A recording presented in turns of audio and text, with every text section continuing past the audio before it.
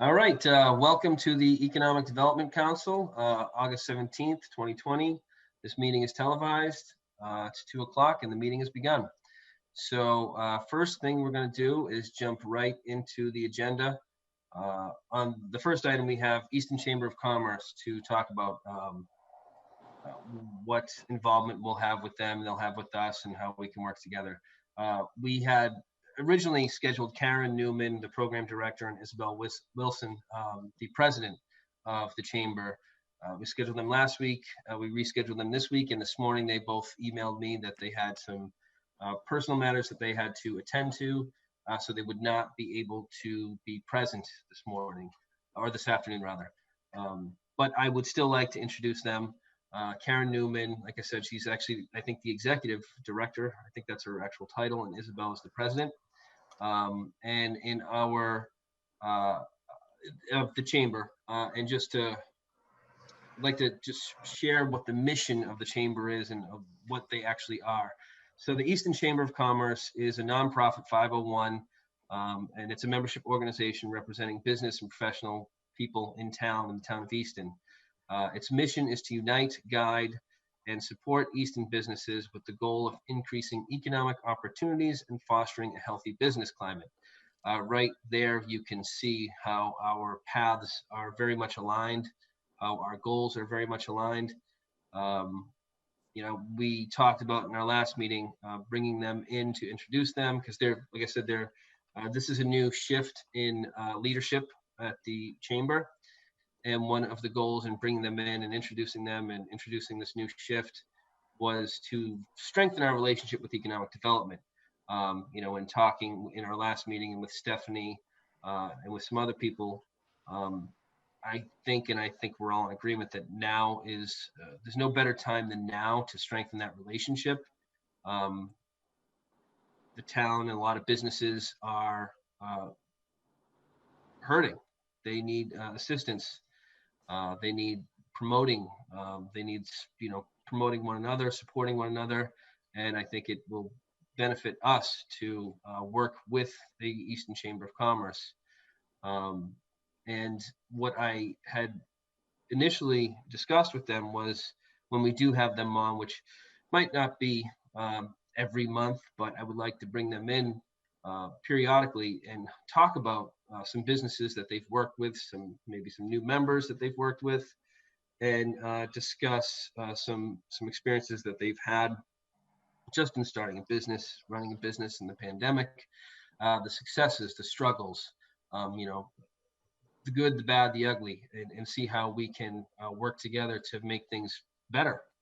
And two businesses they wanted to talk about, and I'm not going to talk too much about them because it was really, they were to be discussing, was Halverson or Orthodontics rather, which is Mark Halverson is a orthodontist, and they were on 123 going into Brockton.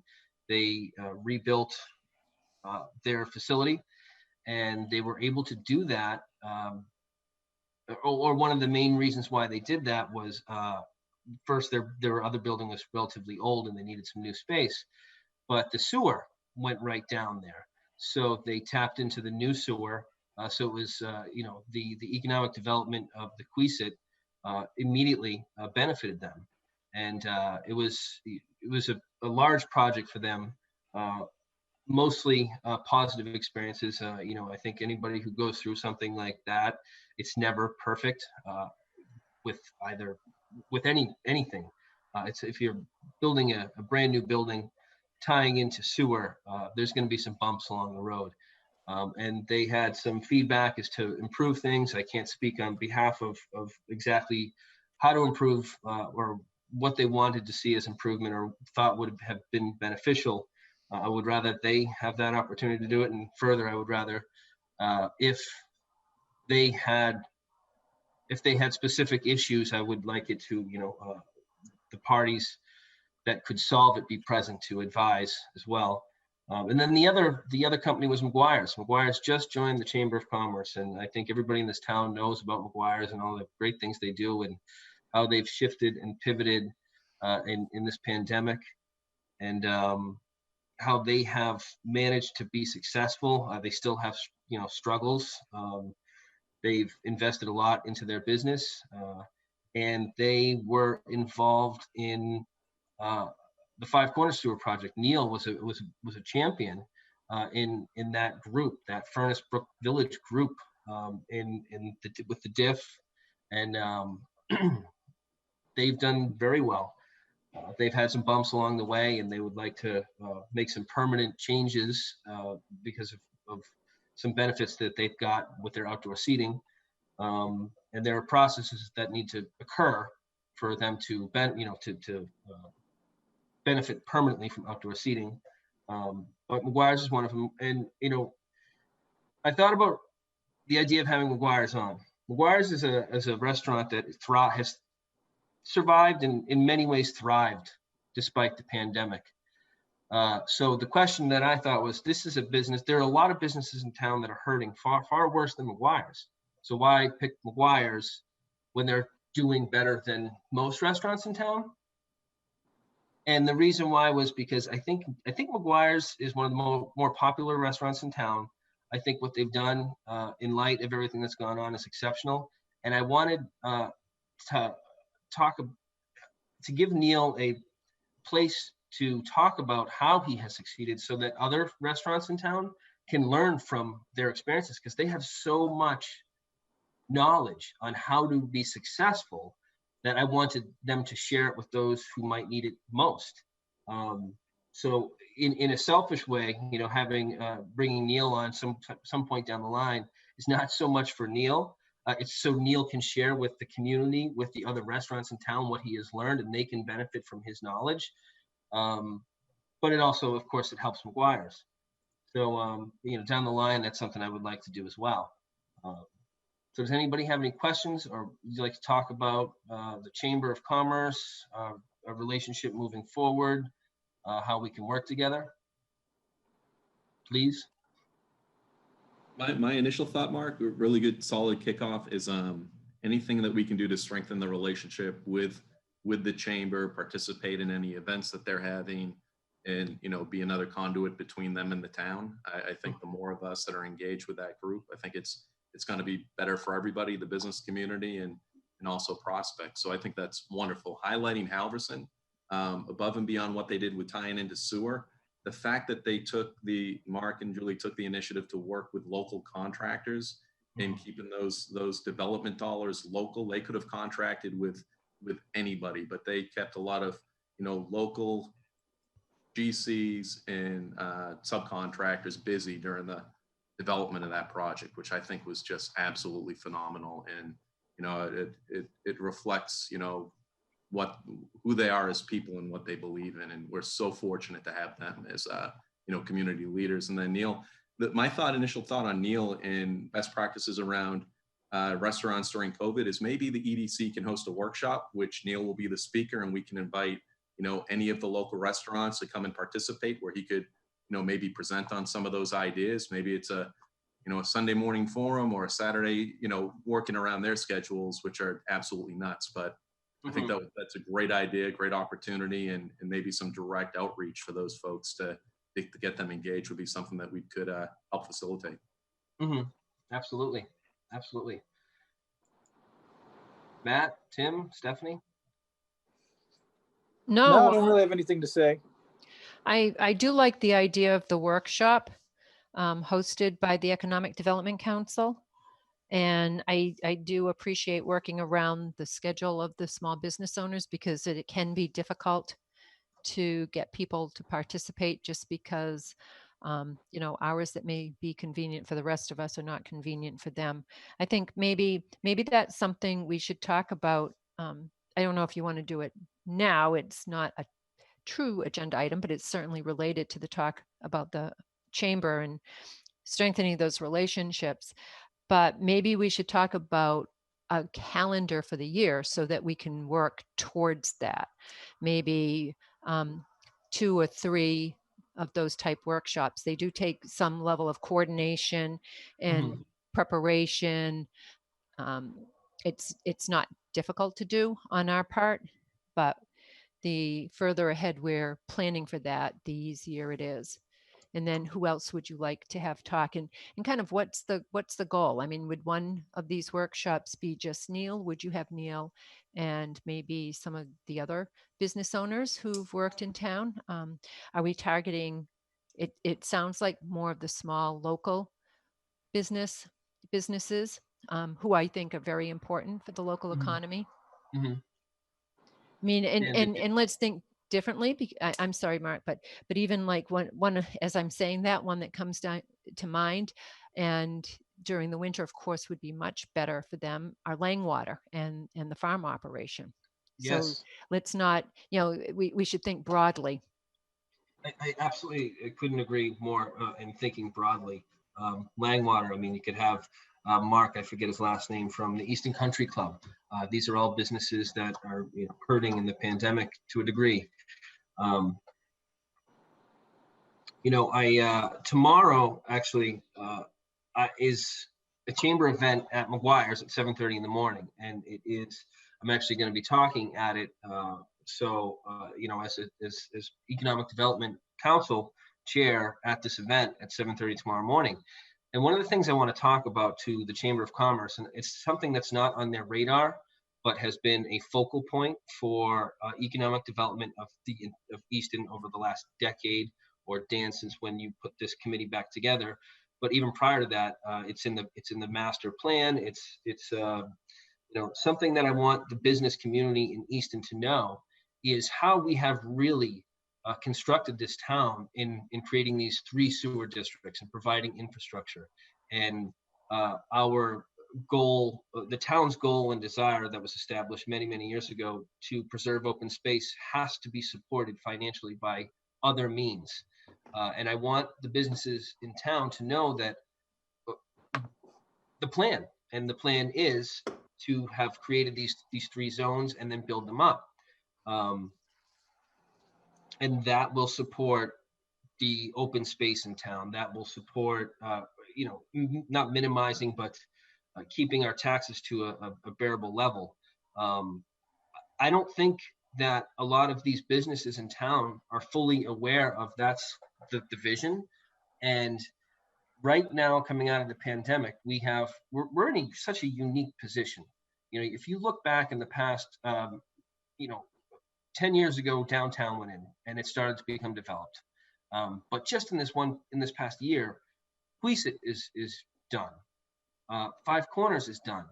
And I think that now is the point where, Neil said it in one of the DIF meetings, maybe in fall of 2018, when it was at the VFW, and he said, we support the infrastructure, we support the DIF, we know this area needs it, we know it needs to be redeveloped, we see the vision of the corridor. Once this project is done, once this infrastructure is in the ground, don't leave us, don't drop the pipes and be done. There's still going to be, the economic development isn't complete yet. You provide the infrastructure. So I look at this in a way of, I don't know if I'm using the terminology correctly. If not, I'm making it up, but a backfilling of these areas. So we developed it. Now we need to backfill it with actual business. And that's been the goal from the creation of these since day one. So I think working hand in hand with the chamber and explaining to the chamber and the chamber's members that the goal, now that the pipes are in, the sewer is in, is to backfill them with business. And now more than ever, I mean, we needed this without a pandemic. We needed to backfill these areas. Now we really need it.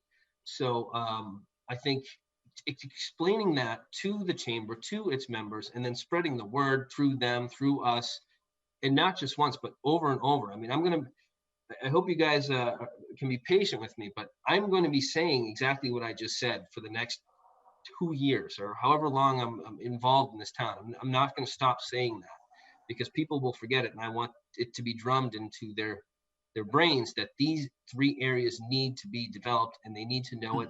And the only way it can happen is if we support each other. So, which led me to talking with Stephanie. It led me, and Dan, led me to another thought of these 3 areas in town, downtown, Queesit, Five Corners. So everything I just said, it sounds great, right? But how's it actually going to happen? Like, who's going to do the work? How are we going to do this? Because these are just words. It doesn't mean anything until action is taken. So I do think that for some time, or at least I noticed that in this board and in the Economic Development Council, in the meetings, we have these conversations, and they're great conversations. We know what's going on in town. We're working towards great things. But once the meeting's over, we're left with like no homework to do, so to speak. I would like it so that we have people on this council actually look into areas. So, Matt, for example, maybe Queesit is an area that you can go through and discover the business that exists there, discover the vacancies that exist there, find out who owns the building. And I'm sure the town can, Stephanie can help, or whatever limited resources she has, because she has a lot on her plate. But that we all actually walk out at these meetings saying, okay, this month I'm gonna, really with a fine tooth comb go through this zone. And you, like Matt, and with somebody else, so it's a team of two going through these districts, trying to find out where's the vacancy, what does exist, what is needed, and the dynamic of business is also shifting. So there's not a lot of retail like there was before. It's a lot of service. It's restaurants. It's a bar. It's like that golf place across from McGuire's.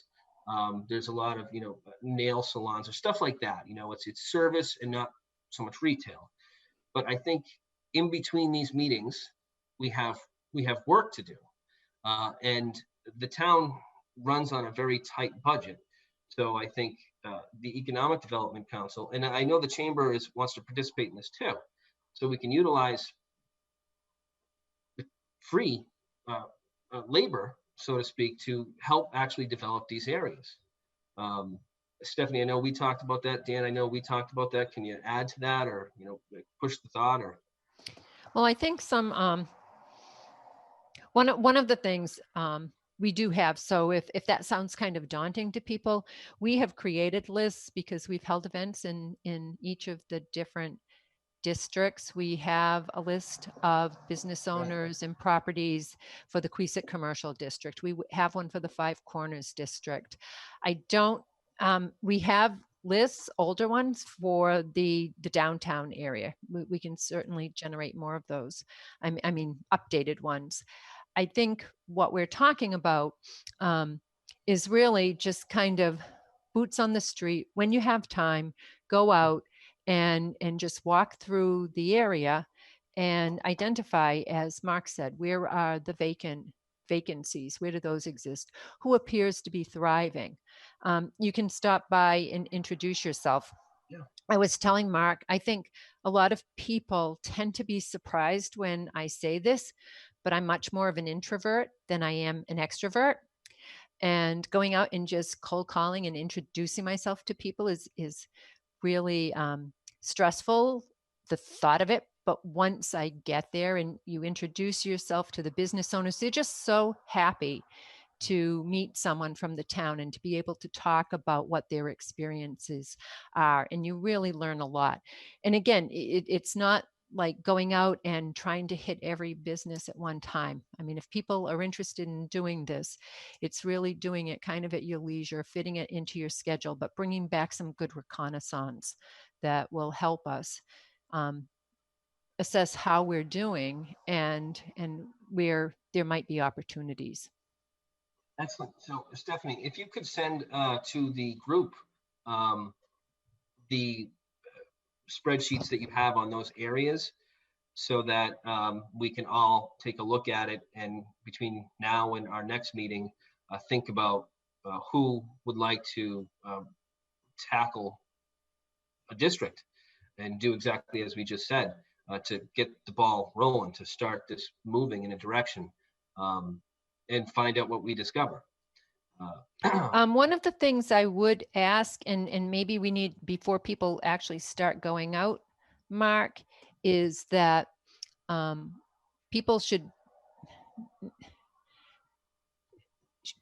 be recognizable as being part of the Economic Development Council. I think what we want to make sure is that people understand that this is an advisory council. It doesn't have regulatory authority. So Very good point. information that's gathered is brought back for consideration. It's not where action action's going to take place, but not necessarily the type they think. So, if someone comes back and says they had a difficult time getting through a permitting process or whatever, that would be shared back through me, and we'd go back into the agency and just talk about Mhm. maybe reaching out to that business owner and kind of figuring out what went wrong and how we Right, can 'cause improve the process. Um, we would be in that position at points. You will find yourself as a soundboard for negativity. That is just going to happen. So I would, be prepared for that. You're not. It's a gathering. The mission is to gather information. It's right. not really to answer specific questions on specific scenarios. I'm not even capable of that. I would go into a location and I might be hit with a number of questions, and if I can't answer them, I'm not going to even attempt to, but I will record the questions and bring it to Stephanie, and we'll circle back with that individual to answer the questions. But don't get too caught up in the idea that you're going to have to answer questions, because it's more fact finding. Right, right. So I think another thing we might want to do is just identify some key talking points. Not a lot. Again, this isn't for people to go out and it's really more about reaching out and getting information than going out and doing an on the spot presentation. Mm-hmm. And then certainly just keeping everyone apprised of when you're out and doing things. So, and I think we need to, I generally like the idea. I think that's one of the roles that the council can play. It was in the original mission that the council be advocates for business and talking with the community. But I Mm-hmm. think we want to be we want it to be really tight. Yes. So to that point, I think something should be prepared for what it is that we're actually looking for, like a written something, so that when we go out, we're not going too outside those lines, and we're actually, we have a document to check off, location, owner, vacancy, neighboring property, something more formal for us to go in there, intelligently equipped, rather than just walk in freewheeling. Not that you have to take out the piece of paper and start grilling people, but it's just something that you can have in the back of your mind. And Mark, down the road, I mean, I think when you talk about the forums for local businesses and people not just talking about what they need, but also what's worked for them, both from the town and what they've been trying to do given the pandemic. I mean, on the Think Easton website, right, we've got a priority development areas tab, but there's really just a paragraph about Queesit. There's not a lot of info there. And is this something like we could envision maybe some of this information living there for each of these priority areas down the road? Mm-hmm. For perspective, when we talk about vacancies, when we talk about opportunities for prospective business owners to kind of like easily view. I mean, I know it took me a long time to get a handle on what exactly the Queesit commercial district was when I moved to town, and I'm pretty web savvy and interested in the going ons in town, and it took me a while to dig that info up. Mm-hmm. That's a really good point, and I'm glad you brought that up. I couldn't agree more with it. That's a great approach to the redevelopment of the Think Easton page, Right. which is another thing. I don't want to get too far off this topic, but Matt, I reached out to Christina and I spoke to Matt about redeveloping the Think Easton page, and they were both for it. Because if you look now, it's outdated. The people aren't even correct. It needs a bit of a makeover. I mean, nothing extreme, but Matt and Christina volunteered to put some life back into that. So we will have, hopefully in the next month or two, the Think Easton page up to date. And then over time, to Matt's point, maybe you can click on Queesit, you can click on Five Corners, you can click on the happenings of downtown. I don't know if that will happen, or if it does happen, how it will happen, but it's a great idea, and it's a direction to go in. So Matt and Christina will be doing that over the next couple months, which Stephanie, if you could get them all the information they need to access to make changes. And Dan sent me his bio, and that's the only bio I have. So I need the bios of everybody. Yeah, I need to write mine. Email again to everybody about the bio, because that will be necessary information for the Think Easton page. But yeah, that absolutely needs to be updated as well. You never got mine? You know, you may have sent it to Dottie. I reached out to Dottie and she said that she only got one and it wasn't yours. So if you did send it to her, if you could please send it to me, I'll get it, I'll put it all in one place and send it over to Matt and Christina so they can update it once they get the information from Stephanie to be able to access the updating of it. Hmm. So, hey, Mark, team, just one other thing I wanted to highlight as a part of this effort of the group. So back in 13 or 14, we partnered with Northeastern University to do a economic development self-assessment tool, which at the time they took a broad look at Easton, its position in the marketplace against similar communities, the region, and came back with a list of the town's greatest attributes and biggest deficiencies. And one of the items at the time, of course, was sewer. So now that we've made this significant investment in sewer and infrastructure, I almost want to take a revisit check-in as to what that tool provided in terms of information and what else we can do as a community to leverage that resource, to your point, Mark, and everybody else, as broadly as possible. So making sure that we've done everything we can from a zoning perspective, targeted areas, and just doing a check-in. Not to say that we're missing anything, we probably aren't, but in case we are, and there are opportunities to kind of further leverage those assets and position them and share with the thought leaders within the town, as well as the select board in planning and zoning, ZBA and whatnot, to see if there's anything else that we can be doing. So having those discussions between the planning board with Greg and his team and some other members of the community, Connor and Stephanie, and trying to figure out what else can we do based upon the targeted check-ins that we'll do within each of the districts, but then more broadly around zoning and are there any gaps that we're missing that we need to really step on the gas? Excellent. Because within a district, we might be able to, you could talk to Greg and you can have an idea of some business going into one of these districts, and lo and behold, we discovered that a business like that is not allowed in this zone. So we have to know that the businesses we're promoting, we have to know what business is allowed in those zones, to your point, Dan. I think just building on what you're saying, Dan, I had jotted down when Mark started talking about the workshops and had talked about and referenced some of the plans in addition to that was an economic development plan from the Dukakis Institute.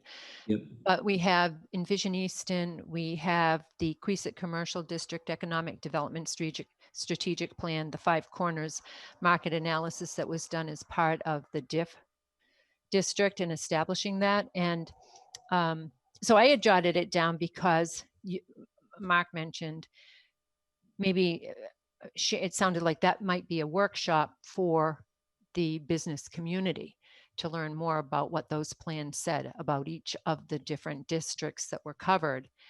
And I think it makes sense. Those documents are all available through the town's webpage to all the council members. And so the new council members and any old ones who haven't reviewed these should probably go out and just review them and take a look at them, become familiar with them. And maybe, Mark, that's something we could cover at one of the upcoming meetings. Not go through the plans in great detail because everybody will fall asleep, but really hit on the high points of what the documents are talking about and what they're saying and what the opportunities are for growth and development. Yeah, I agreed. So I think we've actually in these 30 minutes we've come up with some ideas where we can put some action behind to help economically develop these three districts, which will serve the ultimate goal of financing the open space and keeping our taxes at a bearable level. I think that's a lot we actually just covered. Does anybody have any more questions about the Easton Chamber of Commerce, how it plays into this, how, working with them in backfilling these 3 locations with businesses? Any questions? Okay. Well, if there's no more questions, then I think we will roll right into the next item on the agenda, in which I am going to completely turn it over to you, Dan. Oh, thanks. You're very welcome. So mass development, it's a pretty broad quasi-public organization that's sole purpose is to help businesses and industry be as competitive as possible and to, give them all the tools that the state can provide to have businesses succeed. So, they've been around for almost 20 years now. I started my career at Mass Development, and the tools in the tool belt that are available to businesses and not just business and industry, but also nonprofits, healthcare, higher ed are pretty bound. But this PACE program that Wendy O'Malley is leading the charge in deploying within all 351 municipalities in the Commonwealth has been a huge undertaking in mass development. It's been a strategic play. The attributes around it, I think, sell themselves. And ultimately, what I'm hoping that we can do is, have this discussion with Wendy, learn about the program, and then have some clearly defined next steps. At the next meeting, kick the tires, have a conversation. Do we think it's worthy of bringing up to the select board? And Wendy, I'm sure, will walk us through the process. But I'd like to have this as an actionable, tangible item that the EDC can deliver to the select board and then to the community to provide another tool in the tool belts for businesses to consider as they try to improve their buildings, their infrastructure, and so forth. So with that, Wendy, can't thank you enough for your time today and your leadership over at Mass Development. So thank you. Wendy, it's Stephanie. Let me just ask, do you need me to display the presentation, or do you want me to share the screen with you and you can share? Do you have the presentation? If you could just post the presentation, hopefully everyone's had a chance to look at it. I can just kind of speak and highlight, I think, the presentation, the key points, and then if there's specific questions, I may point to certain slides, if that's okay, or... Yeah. Yep. I will pull it up now. I'll have it available and you can... Okay. Can you folks see it? I got it on my computer. Oh, wait a minute. So I can't see it on this, but... No, can you see it now? You should be able to see it now. There we go. See it. Okay. Perfect. If you want to just maybe fast forward it to the 3rd or 4th slide, I think, past mass development, we don't need to spend any time on that. Keep going. What is PACE? What is PACE? That'd be great. There you go. Okay, thank you. So I'm going to run through and highlight the presentation, but please stop me if there's any questions. I find that it usually is more efficient in terms of discussion. So thank you again for your time. I'm here to talk about property assessed clean energy financing, which is a new program, as Dan said, that the state is rolling out. Mass Development was charged as the program administrator when the original statute was passed, and we are administrating it in consultation with the Department of Energy Resources. Just to highlight, there are other programs that have the PACE acronym in the state.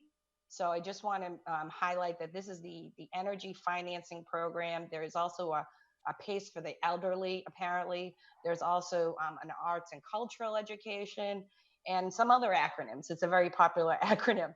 So I just want to make sure that, unfortunately, this is a national acronym that we took on. So we didn't have an ability to change it. But this is this is financing for energy improvements for commercial, industrial, and nonprofit owners.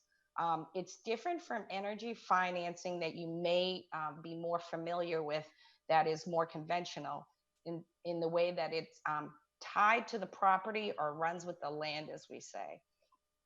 And most of you, if you're familiar with traditional lending for energy improvements, it's tied to the borrower, as we call it. So this is a very unique financing And I'll explain why it's tied to the property as we describe it. But it's a national policy that allows property owners to repay this financing via a betterment assessment that's on the property's tax bill if the project's approved. If you're not familiar with betterment assessments have been traditionally used for public improvement projects like sewer upgrades, sidewalk improvements, but there it's usually a municipality that loans the money, and the municipality is repaid directly by the customers in its municipality. Here, this is a third party financing. So this is no public money is intended to be used. We're not asking the town of Easton to loan any money. Mass Development's not issuing any bonds.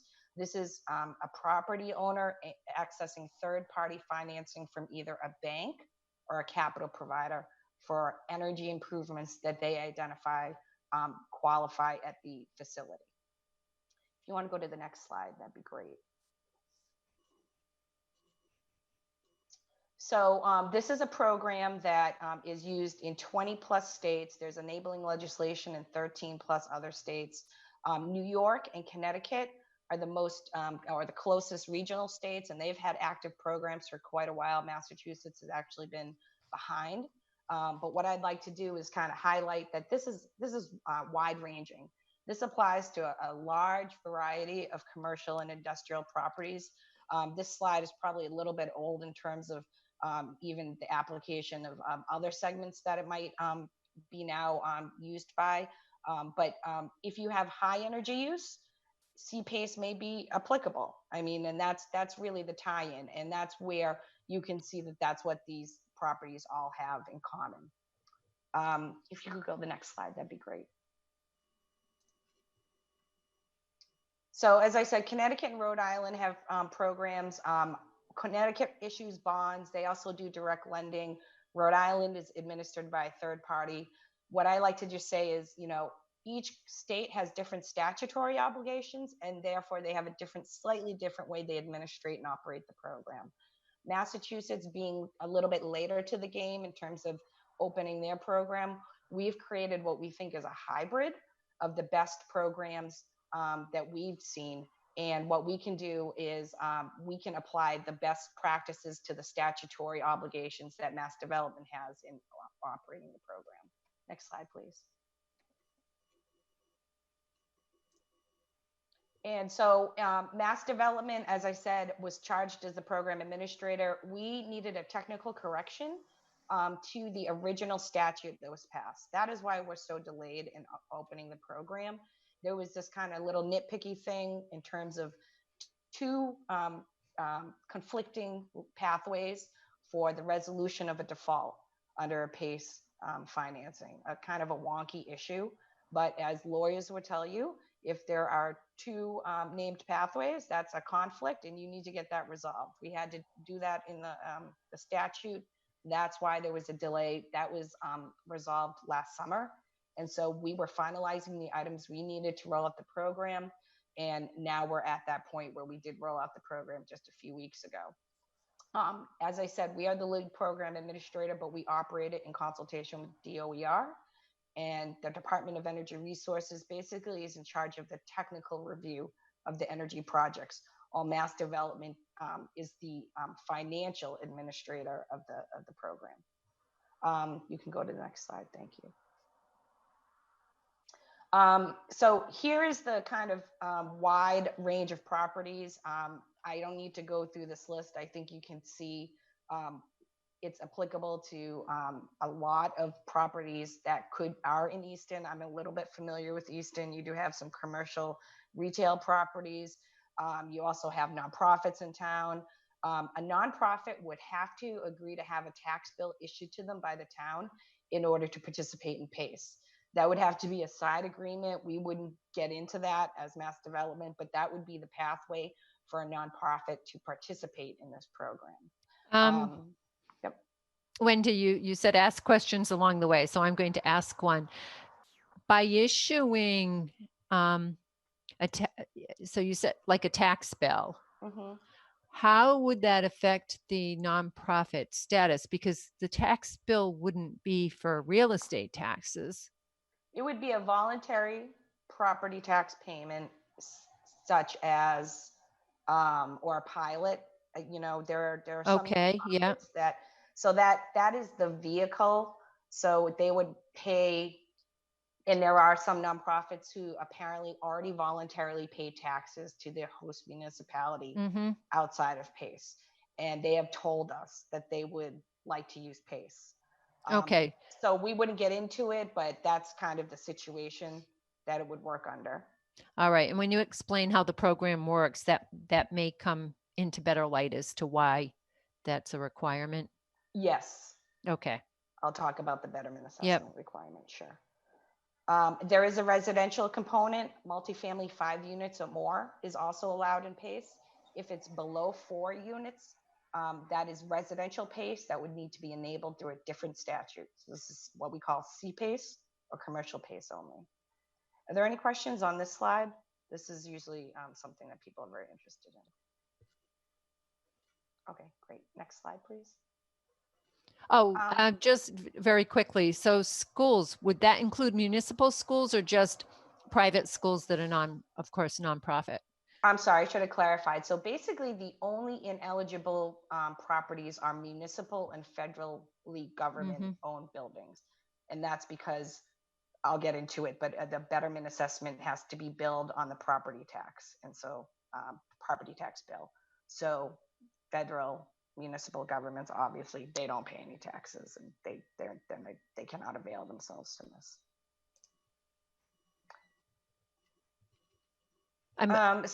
Did you tell me to move forward? Or yeah, no, that'd be great. No, thank you. You read my mind, Stephanie. So this applies to basically energy improvements, wide ranging here in Massachusetts. If there are savings related to it, or it's ancillary to the energy improvement, it can be applicable and eligible for this project. It is intended for cost $250,000 and over. So this is for larger cost projects. This isn't for every kind of small commercial property. Although, depending on the type of project they're considering, you can get to 250,000 pretty quickly. So without going through the measures, what I'll do is kind of highlight on the renewable energy side, one of the most popular projects is solar panels.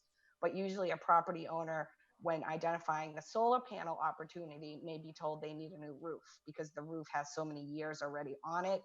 That is something usually you can't finance through a more conventional loan or lending arrangement for solar panels, unless you're willing to do a power purchase agreement or some sort of third-party arrangement.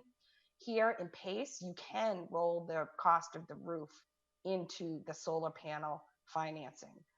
So it's very flexible in that it allows property owners to really address improvements that are needed in that building that improve the asset, but may not be financeable versus in more conventional energy financing. On the energy efficiency side, it can apply to chillers, HVAC upgrades, windows, insulation, lighting. Really, if you look at the building and you look at the property and the energy usage, if it's an improvement that can affect that, it can be rolled into the project potentially. Natural gas line extensions are also eligible if they displace a fossil fuel, and it's only for an extension off a pipeline that's already existing. This would not be to build a pipeline, let's say, through a municipality. Any questions on that? Sorry. Next slide, please. So there are some key requirements per the statute or the guidelines that Mass Development has developed, and that's what I've been working on for many, many months now.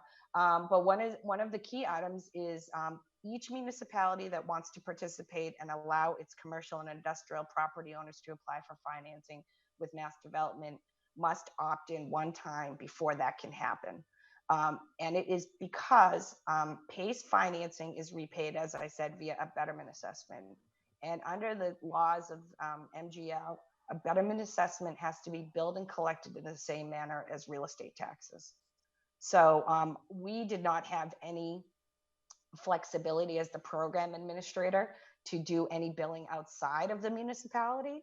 So that is why there's a municipal opt-in. So in the PACE arrangement, the way we would envision it is if there is an approved project, that project or that property tax bill, they would be agreeing to have a betterment assessment placed on that property for a certain length of time that's approved by mass development, billed, I would assume quarterly in Easton, if that's how you pay your property taxes, as an additional line item in addition to the property taxes. So we would be asking the property owner to not just remit the payment for the property taxes each quarter, but also the payment for the betterment assessment, which then is sent to the capital provider or the bank who provided the financing for the project. So there's a flow of funds. Mass development is a pass through as well as the municipality in terms of repaying the capital provider. I'll get into that a little bit more, but that's the reason that the municipality needs to be involved. We don't have any flexibility outside of that. We have had 22 municipalities opt into PACE already, and that list is forward on the other slides, but we've gone through the details with their municipal staff about how this would work, and they felt comfortable enough with the details we had to move forward via a vote of a resolution by either the city council or the board of selectmen to opt into the program. They opted in, frankly, because we have, in a lot of cases, we have projects that have already been identified, property owners that have come to us because they knew the statute was passed, they knew the program was becoming available, they've already gone to their municipalities and said this is something they'd like to have be available so that there's no delay when the program became live and they could apply for financing. So I appeared at either city council or board of selectmen meeting and also worked with municipal staff prior to that vote to make sure that all questions were answered, make sure any concerns were talked out and discussed.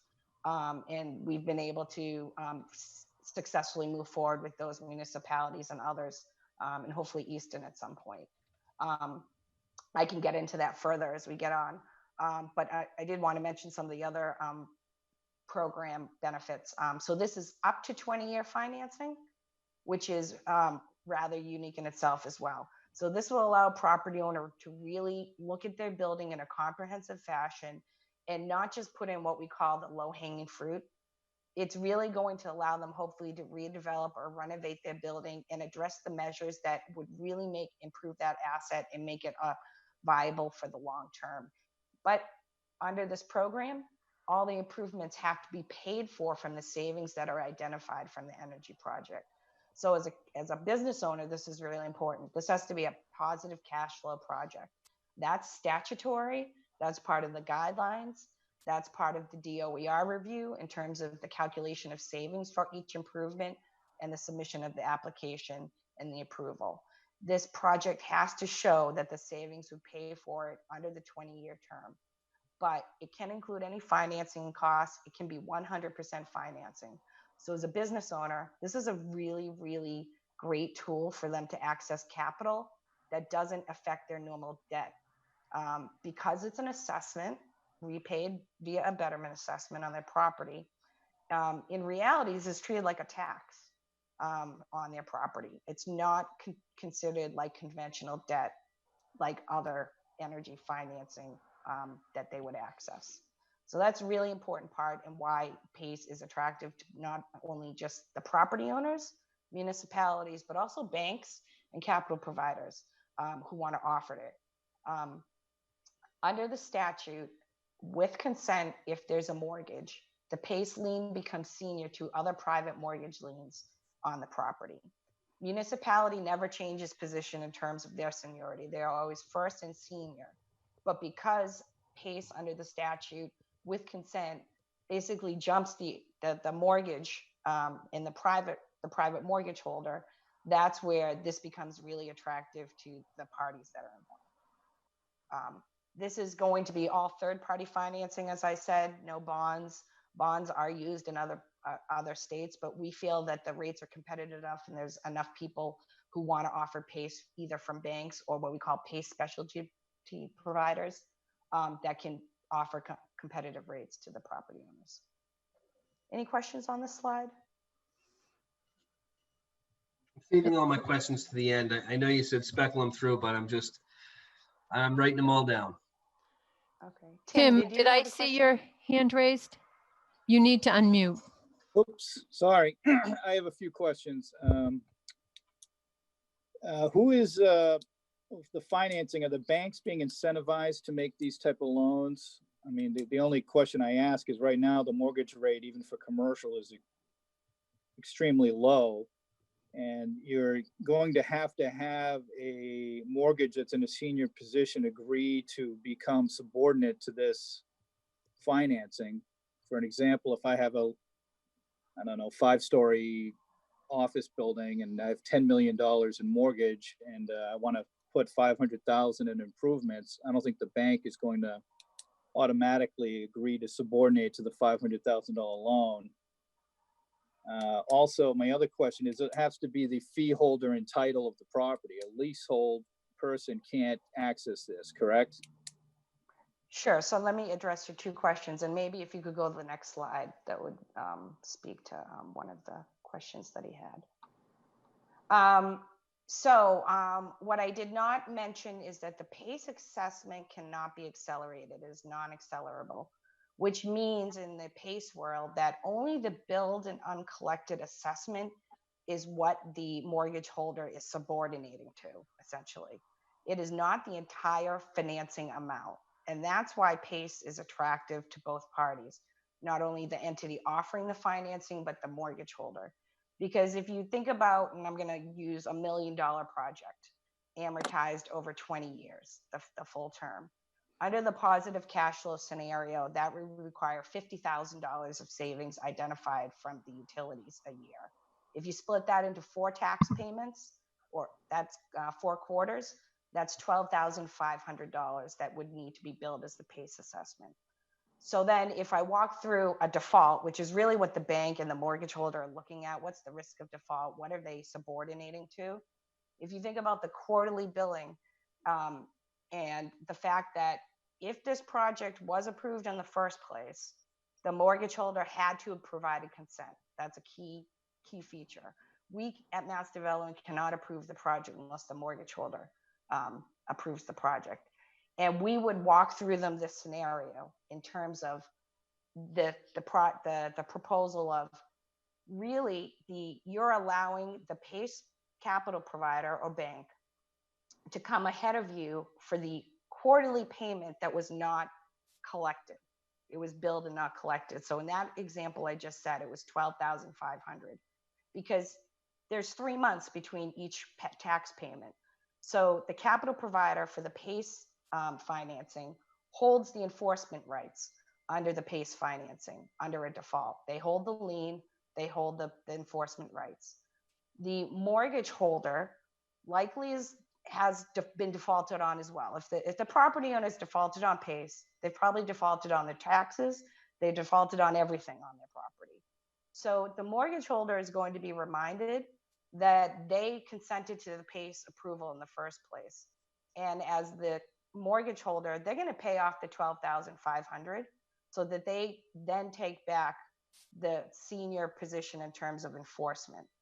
And if you think about the improvements that they consented to in the first place, and likely what the building needed to maintain its viability, maintain tenancy, maintain its operations, and what they were consenting to versus the risk of default and what comes ahead of them in terms of that scenario, which we don't like to talk about, but that's the reality of it.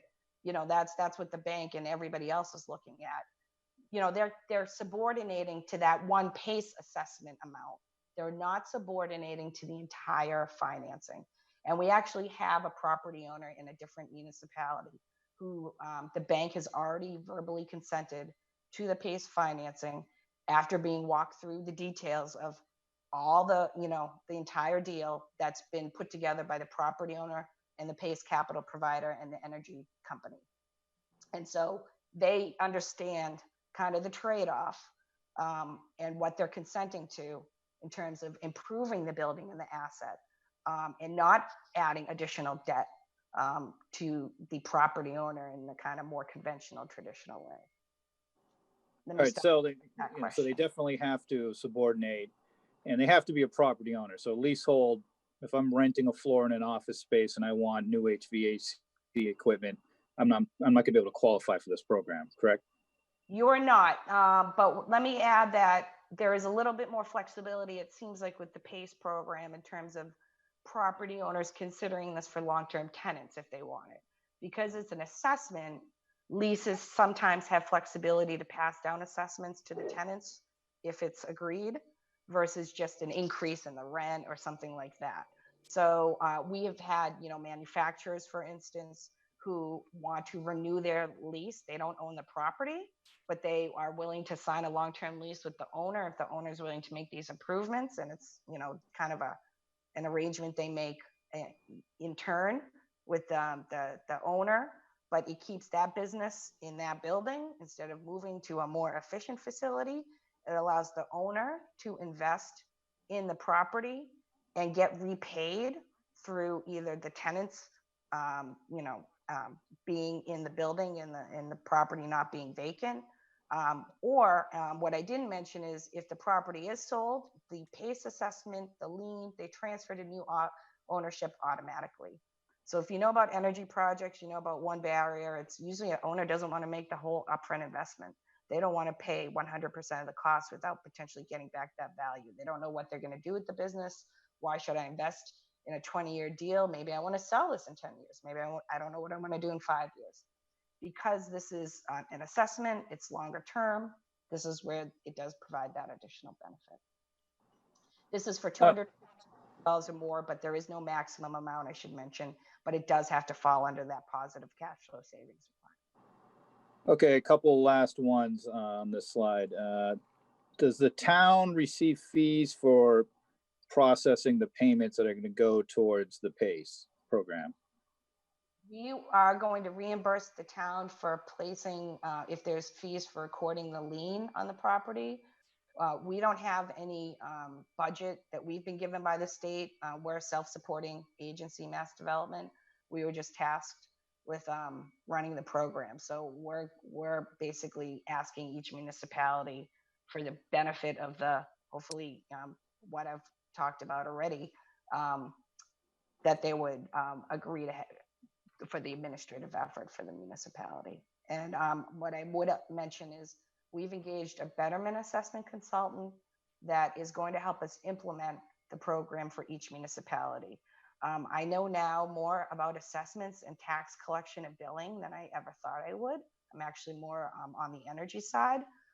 But in developing this program, I've talked to quite a bit of assessors, treasurer collectors, as well as the software developers for the various tax collection programs across the state.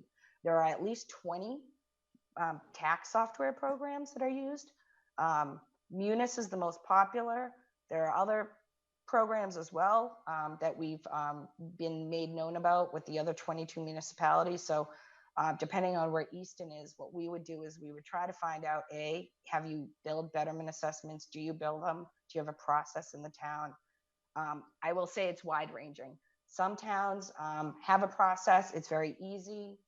This is not a big deal to them. Other municipalities, this is like the biggest thing in the world. It is not going to be done. They can't do it. They don't have the staff. They don't have the right system. I don't know where Easton is on the scale. We would definitely agree to help in whatever way we can to make it efficient and low lift in terms of implementing the PACE program for the properties. This would be one project at a time. This wouldn't be something like a CPA tax that we would say, this is going on all these, multiple properties. You'd have a lot of lead time. We would work with Easton to determine where you fall on that range in terms of your ability to do this. And hopefully you at least would work out that you have the ability to do it before you vote to opt in. And then we would work with you in terms of our betterment assessment to a betterment assessment consultant to implement for the first project when it's identified in Easton. So just to be clear, the chain of custody would go as follows. The town would collect then the town would forward it to Mass Development, or would they forward it directly to the bank? You would forward it to Mass Development's paying agent. So it's our lockbox service, only if you collect it. So only if the property owner remits the PACE assessment with the property tax bill would we then require the host municipality to disperse only the PACE assessment to our paying agent. Our paying agent that we contracted with is Zion's Bank. Our betterment assessment consultant is MuniCap. I'm sorry, I should have mentioned those two. We went out to RFP, and those are the two entities we selected. They perform our what we call servicing function of the program. And then our paying agent disperses the assessments to each individual capital provider for the projects in the PACE program. Now, does Mass Development get paid to sort all the information, all these separate payments from all the towns, like a servicing fee when they remit it then to the existing financial institutions as part of your? Yes. All right. Okay, and my last question I'm is, sorry, could you repeat that question? Because it Well, seemed my question counter to was- something you said earlier, Wendy. Go ahead, Tim. Sorry. oh, I asked her if, so I just wanted to get the chain. So basically, the lien goes on at the registry. It's basically assessed to the town as a separate betterment. Yep. We collect the money that people pay with their taxes, or it's the mortgage bank. We then submit it to Mass Development. They're asking us to do this without getting Remuneration. any kind of donation or anything Right, like that. remuneration, right. Right. But then I asked how it went from there, and I guess Mass Development then takes the money and then redisperses it to the individual lenders where they collect a fee. The So, lenders collect a fee or Mass Development? I think Mass Development must collect a fee because they would have to fan this out to, could be every town in the state, could be hundreds of separate lenders. Yeah, so the lenders would be paying a fee for the collection of the payment by Mass Development? Well, Mass Development would be in a sense servicing the loan for the banks. They would Yes. be getting the payments in, right? And we're engaging the two entities that we talked about. Okay, so Mass Development does realize some remuneration for acting as a pass-through, but the municipality does not. We charge an administrative fee for the ongoing servicing of the financing. Yes, Right. I'm sorry. Wendy, you're working hand in hand with the developer, property owner on the overall project development up until close of financing, correct? So we work turnkey. So we connect with the property owner at all different points, but it can be from development.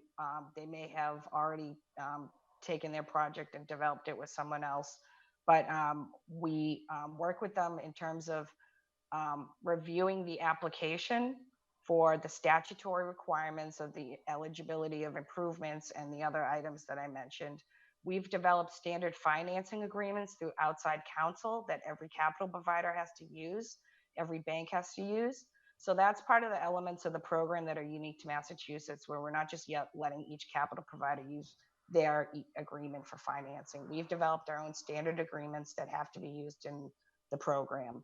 We developed the guidelines under the statutory requirements. We've basically developed everything in the program. They hired me to run the program, along with all the other staff at Mass Development, who in turn have to run the program as well. But I'm the lead on that. And we work in consultation with, as I said, the Department of Energy Resources as well. Yeah. One last question, and I swear I'll leave you alone.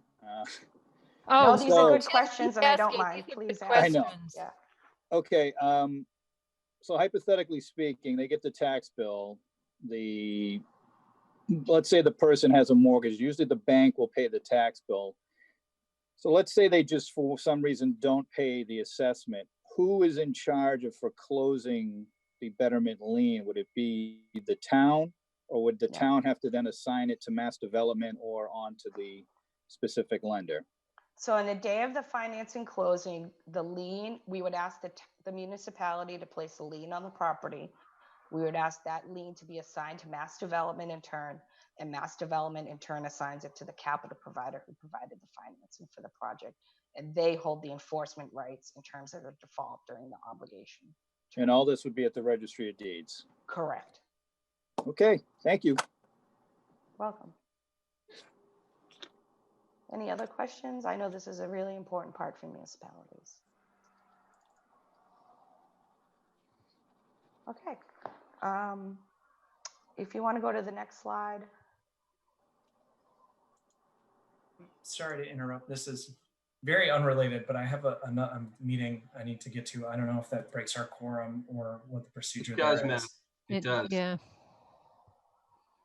I can doesn't- stop if you have 1 minute and let you guys discuss. Hopefully, the rest of it is kind of what I already talked about.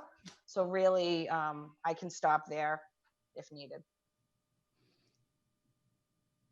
Okay. Does anybody have any more questions for Wendy?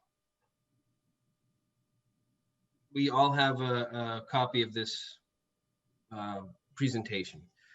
Dan, I know earlier you had mentioned an actionable step in the process. So I think what we should put this on the agenda for our next meeting, discuss the pros, the cons, anything, it sounds to me like this benefits the businesses in town. It also sounds to me like it adds work for the town.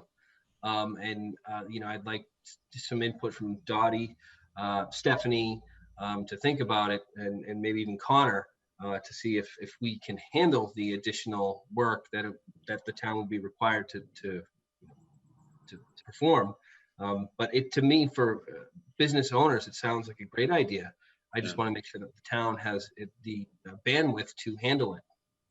Hey, Wendy, as a follow-up to this meeting, could you distribute an email maybe directly to Stephanie that she can connect with some other municipal leaders that have adopted this to kind of talk through some of those That's a great idea. potential issues? Because I think when we look back at this a month from now with our follow-up, I think what we'll ultimately find is the amount of time and resources and attentiveness that this needs from the municipality isn't that of a daunting task, and Stephanie can verify that with a few other town leaders that have adopted the same. And then Right. Sure. And that would be helpful because that will help my internal conversation as well. Again, I'm trying to be sensitive to Matt's time, and I really do think that what Mark said, this will need to be followed up at the next meeting for further discussion. This program sounds like it's really kind of a first step, a big kind of first step for municipalities to address greenhouse gas emissions by supporting such a program, because that's really what you're trying to do through this energy consumption from a global level. You're trying to reduce carbon emissions, but while providing cost savings on energy to different businesses, and locally being able to do that. There's also some benefits. We've heard from some of our businesses who use a lot of energy. They're high energy consumers. That energy in this area is very expensive, so it makes us a little less competitive. So I think those are the things we should consider versus the amount of work. Absolutely, it has to outweigh. The benefit has to be greater than right the cost. than the cost. So yeah, and guys, if I could just pipe in there, Jay. Sorry, I was late to the meeting. But one of the things we're going to end up talking to the officials too, like Connor and a lot of other groups after you guys too. The next step in the process would be to kind of clear all these questions through them too. So don't feel you have to do too much work on that end. I would like to be included in those discussions. I'm sure Yeah, Connor of course. will. You would be. Yep. Yeah. And just to recall for you guys is no municipality has gone through PACE yet in Mace. They in Massachusetts, they may have approved PACE, but nobody's gone through the system. I think when you guys were talking about the potential of talking to other Massachusetts communities, just remember that they have approved PACE, but no PACE has gone through the municipality yet. I just wanted to make sure everybody understood. We just opened this program 3 weeks ago, so we opted in and had this discussion. This was viable via the staff and the description. but no, it, as Jay said, it hasn't been implemented. And one last thing, I know, Matt, you have to go. Franklin should be on the list of approved municipalities. They added, they just approved, so we have 22. That slide is old, so I'll stop there. For the comparison, but this sounds to me like Mass Save, but for businesses. I was just gonna say that, Mark. Is that fair? But it's like it, but the tied to the property runs with the land financing is the key. Understood. And that's where it makes it different from this. And let me just say, this really is, while it's for energy improvements, this really is an economic development tool in terms of it doesn't add additional debt to a business owner's profile in terms of accessing financing for other things. And this is why it works and allows a property owner to maybe move forward when they couldn't before. Okay. Does anybody have any last questions before I close it? Because I think what I'm going to do is I'm going to do the approval of minutes. I'm just going to push that to the next meeting so we can wrap this up. Went a little bit longer than anticipated, but are there any final questions? No final question, but you may want to contact our tax collector's office. They might want to have input on this. They'll be included. Yep. Great. Wendy, thank you so much. That was an excellent presentation. I know I learned a lot. Tim, those are pretty killer questions. If I had anything What to I add, do every day. I'm happy to be in the industry. it was so. extremely thorough. I did not think of half of what you asked, so I'm glad you were here. Thanks. And so, yeah, I think at the next meeting, we'll talk about this a little bit more. And that's it. Wendy, thank you so much. Jay, thank you very much. And I think we'll be talking about the future one way or another. We'll wait to hear from you on the next steps. Thank you, Thanks. everyone. Thank you. Thank you, Wendy. Thanks, Jay. Bye. Thank you. Thank you, guys. All right, guys. So we're going to wrap this up. Would somebody like to make Motion to adjourn. No, I Approve the minutes for us. Motion to I approve thought the we were minutes. tabling that. My bad. all right? I was going to table it. We can. Was the motion to make the minutes out there? accept make the the motion? minutes. I didn't have any issues. Motion's out there. We got to fulfill it. So Second. all those in favor? Aye. Bye. We have to do I know this sounds Roll silly, but we call, have to do so, a roll call vote. Tim Dan, McCall, aye. Yes. Tim said yes. Matt, Aye. Mark, yes. Stephanie. Danielson, I. All right, minutes approved. The last, it's not on the agenda, but the last item, try it again. Motion Tim. to adjourn. Oh, What's it that? was Dan. It was Dan. Oh, Second, motion to adjourn. All second. right, Tim, yes. Aye. Matt, Aye. Dan, Smith, aye. Danielson, I. aye. All right, meeting adjourned. Thank you, guys. Thank you. Thanks so much, everyone. Thanks. Take care. All right. Okay.